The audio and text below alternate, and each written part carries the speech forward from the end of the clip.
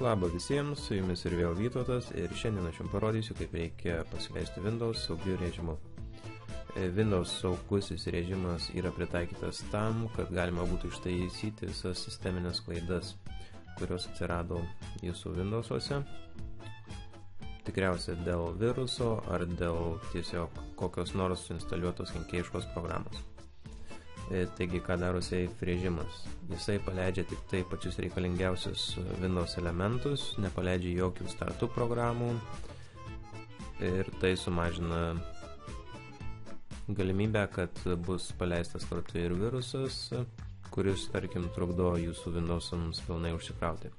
Kaip prieiti prie šio lango? Jums reikia paspausti Power mygtuką, tiesiog kompiuterio jungimo mygtuką ant jūsų dėžės ir spaudinėkite F8 klavišą ant klaviatūros, kol pamatysite langą panašų į šį.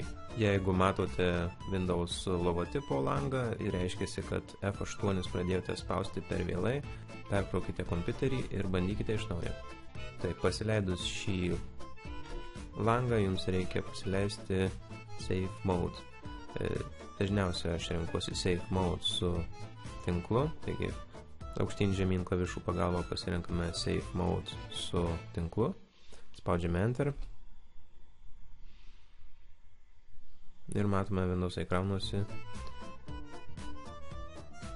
be jokių įmantrių logotipų ir priedų.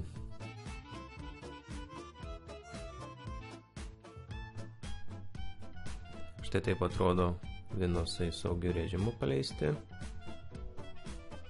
Matome kampuose parašyta Safe Mode. Rezoliucija bus labai maža, taigi rekomenduočiau pasileidus Windowsus saugiu režimu atlikti visus jums reikiamus virusų skanavimus ar programų šalinimus, perkrauti kompiuterį ir jisai turėtų persikrauti normaliu režimu. Šiam kartai tiek, nepamirškite paspausti like ir prenumeruoti, jeigu turite klausimų būtinai palikite komentaruose ir iki.